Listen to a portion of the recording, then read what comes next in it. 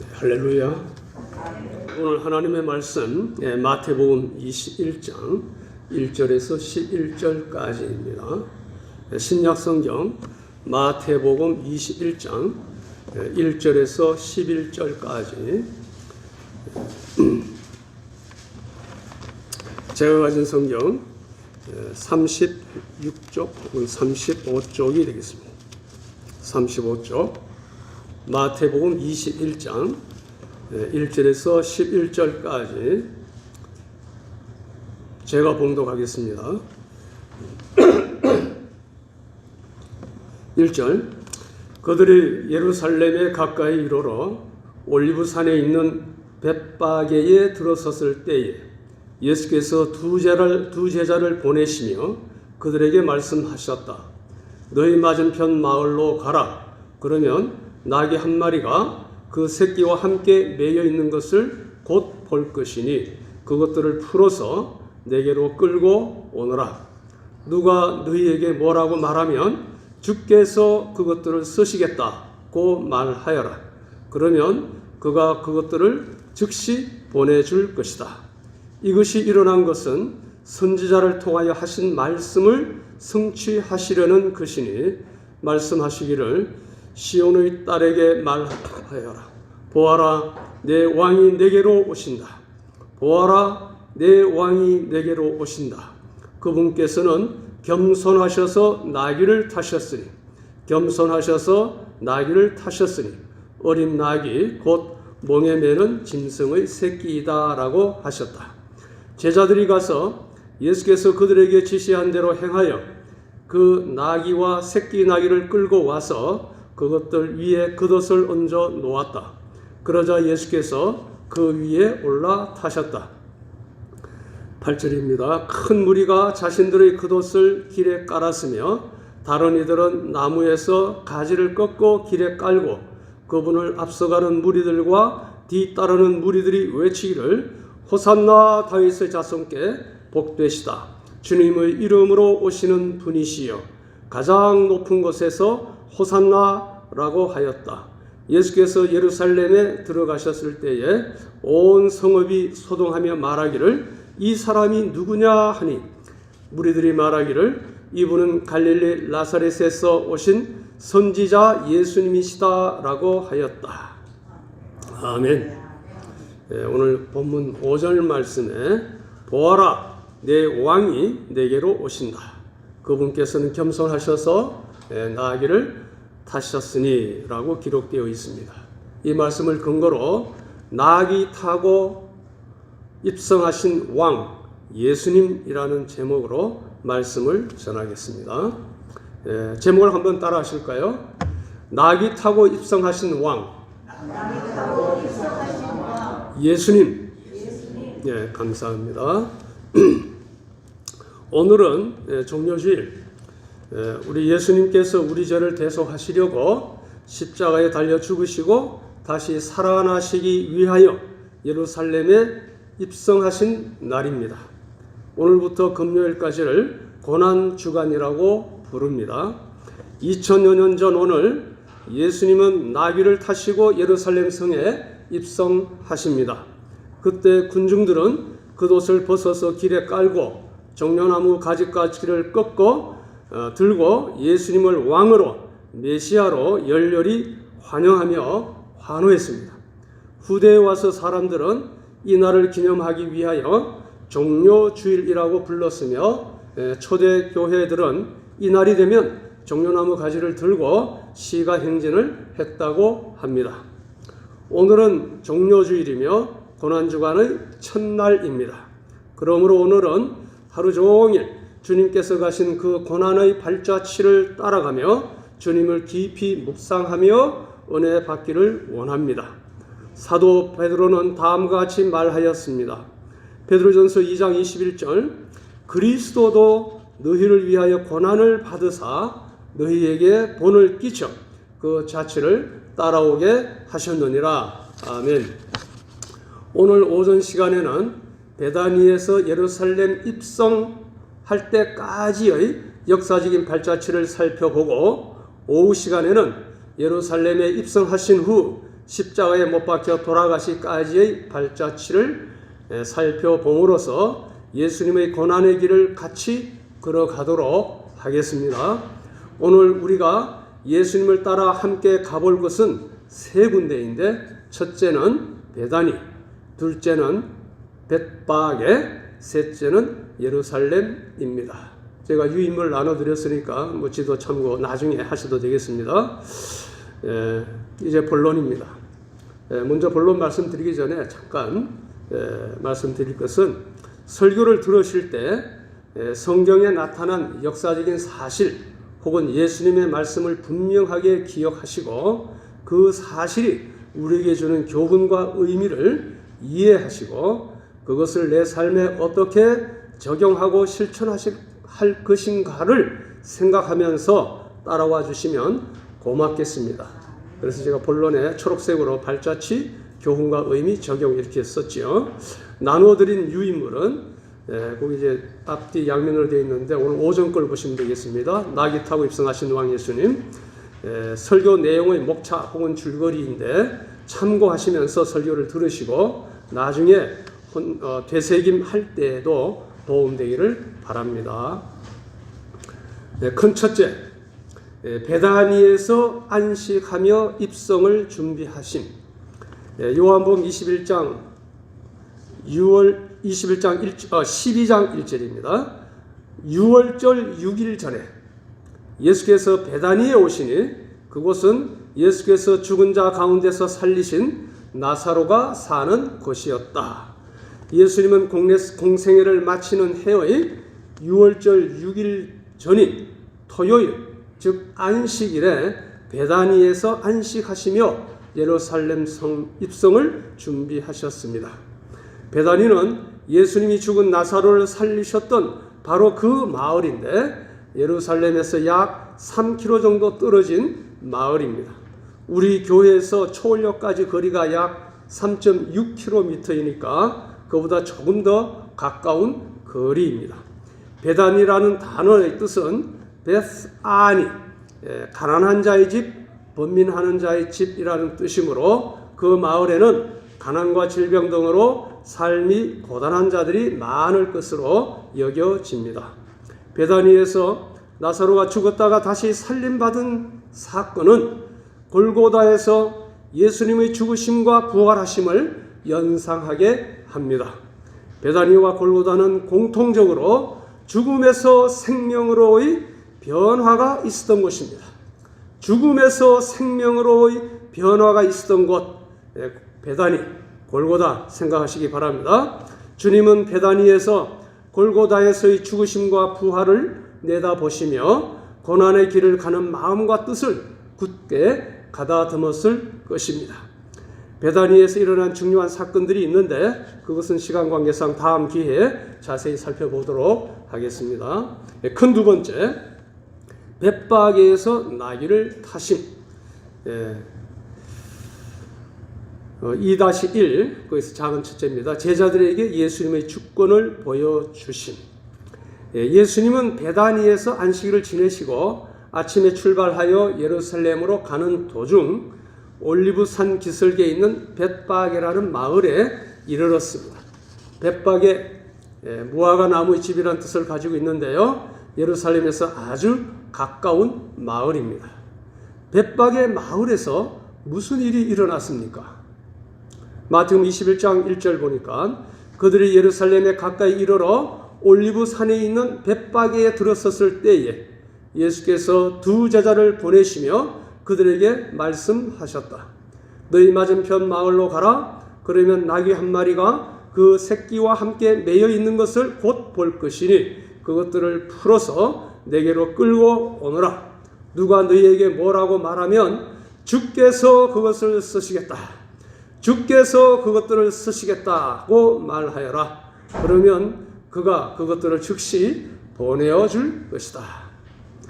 본문의 그들 중에는 예수님의 제자들뿐만 아니라 갈릴리에서 예루살렘을 향해 오던 여정 중에 예수님을 따르던 무리들이 포함되어 있습니다. 주께서 그것들을 쓰시겠다는 말씀이 그대로 이루어졌는데요. 이 사건은 예수님의 주권, 예수님의 왕권을 보여주시는 또 하나의 이벤트였습니다. 예수님은 모든 것을 다스리는 왕이십니다. 우리도 나의 왕 대신 예수님께 쓰시겠다 하면 내가 가진 것을 나 자신을 내어놓을 수 있겠습니까? 나의 시간, 나의 물질, 재능, 건강까지 말입니다. 2-2 나귀를 타신 이유와 의미, 이병규 목사님께서 해석하신 것을 중심으로 말씀드리겠습니다. 예수님께서 왕이시라면 말을 타셔야 했을 터인데 왜 작고 볼품없는 나귀를 타셨을까요? 작은 첫째, 예수님께서 나귀 타신 이유는 성경을 응하게 하기 위함입니다. 이 성경이 스가랴 9장 9절 말씀인데요. 마태복음 21장 4절 5절 먼저 보겠습니다. 이것이 일어난 것은 선지자를 통하여 하신 말씀을 성취하려는 것이니 말씀하시기를 시온의 딸들에게 말하여라. 보아라, 내 왕이 내게로 오신다. 그분께서는 겸손하셔서 나귀를 타셨으니 어린 나귀 곧 멍에 매는 짐승의 새끼다라고 하셨다. 이 말씀이 구약 스가랴 9장 9절 말씀을 인용하신 것입니다. 스가랴 선지자는 또 메시아의 오심을 다음과 같이 예언하였습니다. 스가랴 14장 3절 4절 그때에 여호와께서 나가셔서 전쟁 때 싸우시듯이 그 이방 민족들과 싸우실 것이다. 그날에 그분의 발이 예루살렘 앞 동쪽에 있는 올리브산 위에 서실 것이고 그분의 발, 이제 장차 오실 메시아의 발이 그 올리브산에 설 것이다. 그런 예언이 있습니다. 그래서 무리들은 예수님의 나귀 타신 사실과 올리브산에 서신 것을 보았을 때 이 예언의 말씀이 생각났을 것이고 그 말씀이 이루어진 것으로 알아서 예수님을 왕으로 메시아로 인정하고 영접하며 환호하였습니다. 구약 성경에는 메시아에 관하여 약 600여 번의 예언이 기록되어 있는데요. 예수님의 생애는 이 예언의 성취를 위한 것이었습니다. 신약 성경의 중심 인물은 누구입니까? 누구죠? 신구약 성경의 중심 인물은 예수 그리스도. 예수 그리스도입니다. 요한복음 5장 39절 너희가 성경을 자세히 살피니 이는 그 안에 영생이 있다고 생각하기 때문인데 그 성경이 바로 나에 대하여, 나 예수님이죠, 대하여 증언하고 있다. 이렇게 말씀하고 있습니다. 성경의 예언은 반드시 성취됩니다. 초림의 예언이 성취되었듯이 나머지 예언들도, 재림의 예언들도 반드시 성취될 것입니다. 믿음으로 재림 예수님을 맞이할 준비를 합시다. 작은 둘째, 예수님께서 나귀 타신 사실은 예수님의 겸손과 섬김을 상징합니다. 마태복음 11장 29절 나는 마음이 온유하고 겸손하니 내 멍에를 메고 내게 배워라. 마태복음 20장 28절 인자는 섬김을 받으러 온 것이 아니라 오히려 섬기러 왔고 자기 목숨을 많은 이들을 위한 대속물로 주기 위하여 왔다. 이 말씀이 오늘의 요절 말씀입니다. 마태복음 10장 28절 인자는 섬김을 받으러 온 것이 아니라 오히려 섬기러 왔고 자기 목숨을 많은 이들을 위한 대속물로 주기 위하여 왔다. 왕이신 예수님께서 하신 말씀입니다. 우리는 예수님의 겸손을 본받는 자들이 되어야겠습니다. 작은 셋째, 예수님께서 나귀 타신 사실은 평화의 왕이심을 상징합니다. 이사야 9장 6절 한 아기가 우리를 위해 태어났고 한 아들을 우리에게 주셨는데 그 어깨 위에 통치권이 있으며 평강의 왕이라 불릴 것이다. 평강의 왕, 왕의 주된 역할은 적을 무찌르고 백성의 생명과 재산을 보호하며 백성들이 평안하게 살도록 다스리는 것입니다. 예수님을 왕으로 모시고 원수 마귀 물리치고 평강을 누리시기를 축원합니다. 작은 넷째, 작고 볼품없고 경험 없는 나귀조차도 주님은 영광의 도구로 쓰십니다. 이 나귀는 한 번도 사람을 짐을 태워본 적이 없는 나귀랍니다. 마태복음 21장 6절 7절 제자들이 가서 예수께서 그들에게 지시하신 대로 행하여 그 나귀와 새끼 나귀를 끌고 와서 그것들 위에 겉옷을 얹어 놓았다. 그러자 예수께서 그 위에 올라타셨다. 아멘. 지시하신 대로 행하여 라는 말씀에 주목합시다. 제자들은 순종함으로 말씀 성취의 대열에 동참하게 되었습니다. 우리들도 순종함으로 하나님의 위대한 계획을 성취해가는 대열에 동참하는 영광을 차지하시기를 축원합니다. 예수께서 그 위에 올라타셨다라는 말씀, 나귀같이 볼품없는 우리들도 주님께서 쓰십니다. 주님께서 쓰임받는 기쁨이 충만하기를 축원합니다.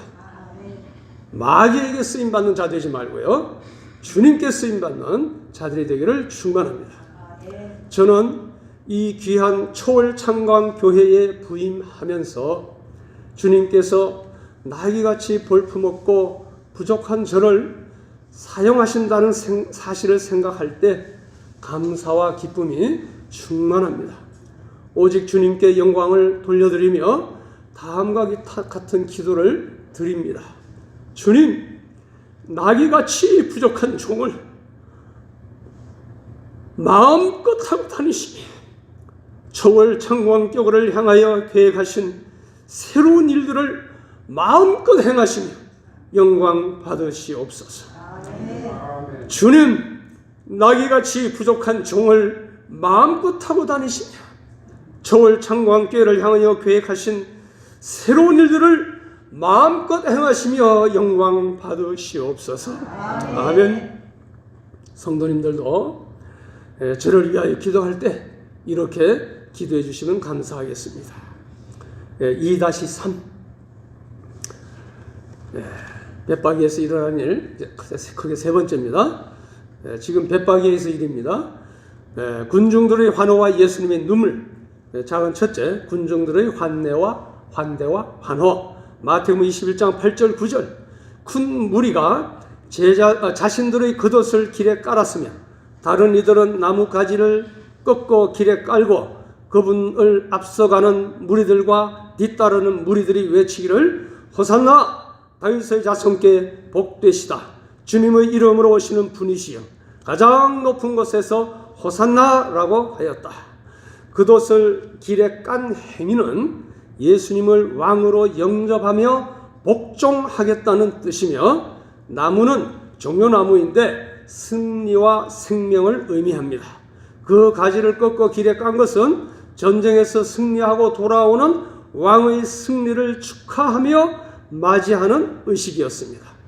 호산나의 뜻은 우리를 구원하소서입니다. 시편 118편 25절에서 유래된 표현인데 구원을 갈구하는 짧은 기도문이었습니다. 다윗의 자손은 이스라엘을 구원할 왕 메시아를 의미합니다. 이와 같이 수많은 무리들은 왕을 영접하는 예를 갖추어서 종려나무를 흔들며 호산나를 외치며 예수님을 승리와 구원의 메시아로 환영하였습니다. 우리 각 성도님들도 예수님을 왕으로 승리와 평강의 왕으로 모시고 기뻐하며 찬양하는 시간이 되기를 소원합니다. 혹시 우리 중에 고통의 멍에를 쥐고 신음하는 자 있습니까? 낭패와 실망과 절망의 늪에서 허덕이는 자 있습니까? 이 시간에 호산나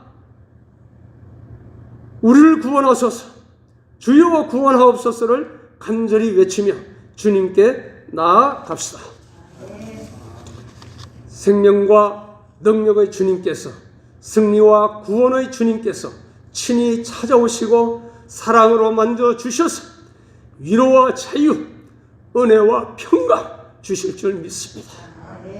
악한 사탄마귀 물러가고 죄의증 풀어주시고 묶인 것 풀어주시고 닫힌 것 열어주시고 막힌 것 뚫어주시고 모든 문제를 해결해 주시고 자유와 기쁨 주실 줄 믿습니다. 아멘. 그렇게 되길 축복합니다. 작은 둘째, 예수님의 눈물입니다. 군중들은 기뻐 환호하였지만 예수님은 장차 심판으로 무너질 예루살렘 성을 보시며 눈물을 흘리셨습니다. 누가복음 19장 41절, 예수께서 그 성읍에 가까이 오셔서 보시고 그 성읍에 대하여 울며 말씀하셨다. 너도 이 날에 평화에 관한 것들을 알았다며. 내 원수들이 네 안에 들어와 네 안에 돌 하나도 다른 돌 위에 남겨두지 않을 것이다. 울면서 말씀하셨습니다. 벳바게에서 예루살렘으로 가려면 감난산을 넘어야 했습니다. 올리브산이죠. 약 10분 거리입니다. 정상까지. 예수님은 감난산 정상을 넘어 예루살렘을 향하는 내리막길에서요, 예루살렘 성을 바라보시며 눈물을 흘리며 우셨습니다. 왜 우셨을까요? 훗날 로마에 의해 예루살렘이 철저히 파괴될 것을 미리 보셨기 때문입니다. 이 슬픈 심판의 예언은 약 40년 후인 주후 70년 9월 티투스가 이끄는 로마 군단에 의해 이루어졌습니다. 성전과 성벽은 돌 위에 돌 하나 남김없이 무너져 버렸습니다. 생각해 봅시다. 나의 앞날의 모습을 보시고 예수님은 눈물을 흘리실까요? 아니면 미소를 지으실까요? 생각해 보는 시간 되기 바랍니다.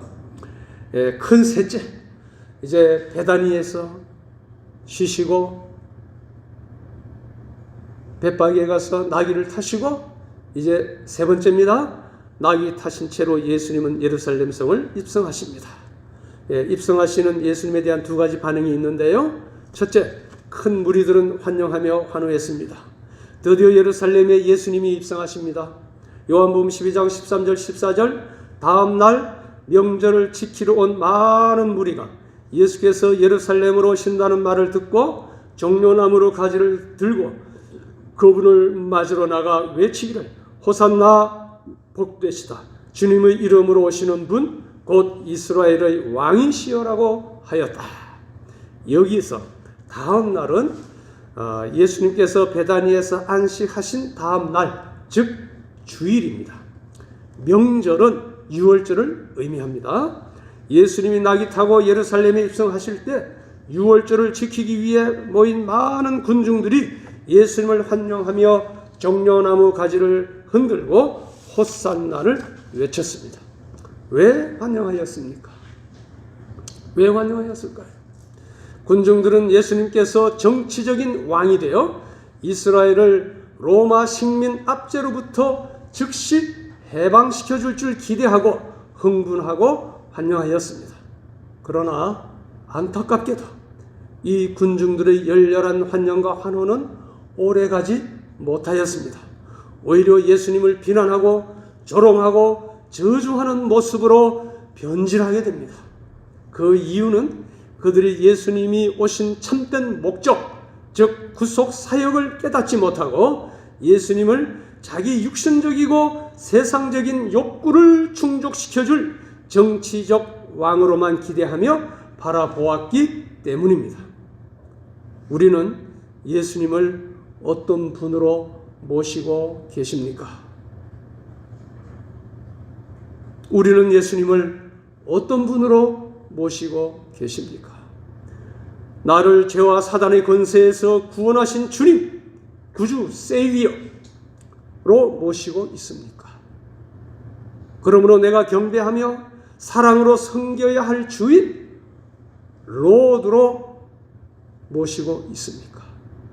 나를 다스릴 왕, 킹으로 모시고 있습니까? 아니면 나의 세상적인 욕구 혹은 피로를 채워주거나 소원을 이루어주는 요술쟁이로 또는 나를 섬겨야 할 힘 있는 종으로 데리고 있지는 않습니까? 나는 예수님을 왕이라 부르며 환호하지만 자기들의 당면 문제를 해결해 주지 않는다고 배반하여 떠나고 비난하고 십자가에 못 박은 저 무지한 군중들 중의 한 사람과 같지는 않은지요. 우리 자신을 되돌아봅시다. 혹시 그렇다면 회개하고 바른 믿음으로 회복되기를 소원합니다. 아멘. 작은 둘째, 한편 예수님을 시기하던 종교자들은 당황하고 더욱 미워하게 되었습니다. 마태복음 21장 10절, 예수께서 예루살렘에 들어가셨을 때에 온 성읍이 소동하며 말하기를 이 사람이 누구냐 하니, 성안의 사람들은 놀라고 흥분하여 법석되었습니다. 특히 바리새인들을 비롯한 유대 종교 지도자들이 그러했습니다. 그들은 예수님을 시기하고 제거하려고 하였는데 예수님이 환호하는 무리들과 함께 예루살렘 성에 입성하였다는 소식을 듣고는 당황하며 불쾌한 마음으로 서로 다음과 같이 한탄하였습니다. 요한복음 12장 19절, 그래서 바리새인들이 서로 말하기를 보는 바와 같이 당신들이 하는 일이 소용없다. 보아라, 세상이 그를 따라간다 라고 한탄하였습니다. 3-2, 예루살렘에 입성하신 후 두 번째입니다. 큰 두 번째, 성전으로 들어가신 예수님. 예루살렘에 입성하신 예수님은 어디로 가셨습니까? 왕으로 입성하셨는데 어디로 가셨습니까? 궁전으로요? 성전으로 들어가셨습니다. 마가복음 11장 13절 11절, 예수께서 예루살렘에 이르러 성전으로 들어가셔서 모든 것을 둘러보신 후에 라고 기록되어 있습니다. 왕으로 입성하신 예수님께서는 왕궁으로 가지 않으시고 예루살렘 성전으로 가셨습니다. 세상적인 일이 아닌 영적인 일에 최고의 우선순위를 두고 집중하셨습니다. 군중들의 기대와는 달랐습니다. 그러하였기 때문에 잘못된 기대로 환호하던 군중들은 실망하고 나중에 예수님을 못 박아 죽이는 일에 동참하게 됩니다. 모든 것을 둘러보시고, 이 말씀에 주목합시다. 성전에 들어가신 예수님은 무엇을 보았겠습니까? 웅장하고 아름답게 장식된 성전 속에서 인간의 탐욕과 위선, 가증스러움, 이기주의 등 죄악이 가득 차 있음을 보셨습니다.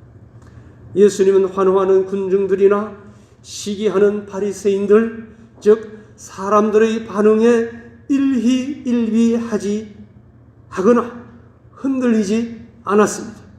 이 세상에 오신 목적, 즉 대속의 죽으심과 부활만을 바라보며 흔들림 없이 고난의 길을 걸어가셨습니다. 예수님은 이 땅에 오신 목적과 사명에만 충실하였습니다.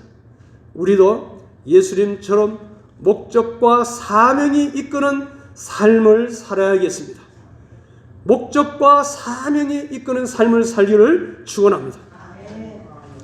예수님께서 세상에 오신 목적은 세상의 왕이 되어 세상 일을 하려고 오신 것이 아니고 택한 백성의 죄를 대신 걸머지시고 십자가에 죽으사 택한 백성을 구원하심으로 하나님의 사랑과 공의를 온전히 이루시고 하나님의 구원 운동을 완성시키려고 오신 것입니다라고 이병구 목사님 말씀하셨습니다. 예수님은 베다니에 도착하기 전 여리고에서 이미 다음과 같이 말씀하셨습니다. 마태복음 20장 28절, 인자는 섬김을 받으러 온 것이 아니라 오히려 섬기러 왔고 자기 목숨을 많은 이들을 위한 대속물로 주기 위하여 왔다. 오늘의 요절 말씀입니다. 또한 예루살렘 성 광장에서 예수님은 자신을 만나러 온 헬라인들에게 다음 말씀을 하셨습니다. 요한복음 12장 23절 24절, 인자가 영광을 받을 때가 왔다. 내가 진정으로 너희에게 말하니. 밀알 하나가 땅에 떨어져 죽지 않으니 하늘 그대로 있고 죽으면 많은 열매를 맺는다. 아멘. 이 말씀은 예수님의 죽으심을 암시하신 것이었습니다. 예수님은 자기 백성을 위하여 자기 목숨을 내어주어 십자가에 대신 죽으신 사랑과 희생의 메시아이십니다. 주 예수님께서 십자가에서 베푸신 그 희생, 즉 대속의 죽음을 늘 기억하며 감사하며 찬양합시다. 그리고 우리도 그러한 섬김과 희생의 삶을 본받아 살아야겠습니다. 네. 이제 예루살렘을 성을 둘러보신 후에 예수님은 어디로 가셨습니까? 베다니로 가신 예수님. 3-3입니다. 예루살렘 성전을 둘러보신 후에 예수님은 어디로 가셨습니까? 마가복음 11장 11절. 날이 이미 저물었으므로 12 제자와 함께 베다니로 나가셨다. 예루살렘에 있는 예루살렘 성 안에는 예수님이 편히 쉬실 곳이 없었기 때문에 다시 베다니로 가셨습니다. 우리 교회가, 우리 가정이, 내 마음이 베다니처럼 예수님께서 편히 머무실 수 있는 안식처가 된다면 얼마나 좋겠습니까? 그렇게 되기를 축원합니다. 네, 결론입니다. 오늘 오전 예배 시간에 베다니에서 출발하여 벳바게를 거쳐 예루살렘에 입성하시는 예수님의 발자취를 따라가며 은혜를 나누었습니다. 내용이 많기 때문에 예수님의 발자취만 다시 간단히 요약하겠습니다. 첫째, 예수님은 갈릴리로부터 예수님을 향하여 오시다가 예루살렘 입성 하루 전인 안식일에 베다니에서 안식하시며 입성을 준비하셨습니다. 둘째, 그 다음날 주일, 즉 우리가 종려주일이라 부르는 그날에 벳바게에서 나귀를 타셨는데 그 이유는 첫째, 구약성경 스가랴 9장 9절을 응하게 하시기 위함이었으며 그 의미는 예수님의 겸손, 예수님께서 평화의 왕이심을 상징적으로 보여준 것이며 마지막, 작고 볼품없고 경험 없는 나귀조차도 주님은 영광의 도구로 쓰심을 보여주신 것입니다. 셋째, 그리고 예수님은 나귀를 타신 채로 예루살렘 성에 입성하셨는데 군중과 종교 지도자들의 서로 상반되는 두 반응에도 불구하고 예수님은 흔들리지 않으시고 바로 성전으로 들어가셔서 성전의 영적인 모습을 둘러보셨습니다. 날이 저물매 쉬시기 위하여 베다니로 다시 돌아가셨습니다. 각 발자취마다 주님께서 우리에게 주시는 많은 의미와 교훈이 있었습니다. 다 기억하지 못한다 하더라도 한 가지, 오늘의 제목, 나귀 타고 입성하신 왕 예수님. 한번 따라 할까요? 나귀 타고 입성하신 왕 예수님. 네, 늘 되새기며 왕이시지만 겸손과 섬김과 희생으로 우리를 구속하신 예수님을 찬양하며 섬겨야 할 찬양하며 우리도 그 겸손과 섬김의 발자취를 본받아 살기를 소원합니다. 그리고 예수님을 죄와 사단의 권세에서 나를 구원하신 주님으로 모시고 그러므로 내가 경배하며 사랑으로 섬겨야 할 주인이요 나를 통치할 왕으로 모시고 그 은혜를 항상 누리며 승리하는 삶이 되시기를 축원합니다. 축복합니다. 오늘 종려주일 우리 초월창광교회에 임재하신 예수님께 우리 온몸 다해 함께 외칩시다. 저를 따라 하실까요? 한번 손 들고 합시다. 호산나 찬송하리로다. 주의 이름으로 오시느니 이스라엘의 왕이시여 우리의 왕이시여 나의 왕이시여 아멘. 네. 기도하겠습니다.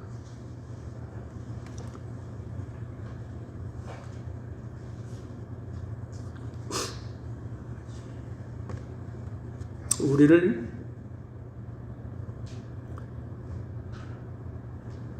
죄에서 구원하시리 독생자를 보내주신 아버지 하나님, 감사합니다. 오늘은 특별히 정료주일 예배를 드리며 은혜 받게 하시오니 감사를 드립니다. 오늘 저희들은 기록된 말씀에 의하여 예수님께서 구속사역을 이루시기 위하여 성경의 예언대로 나귀 타시고 예루살렘에 입성하신 주님의 발자취를 따라가며 주님을 바라보았습니다.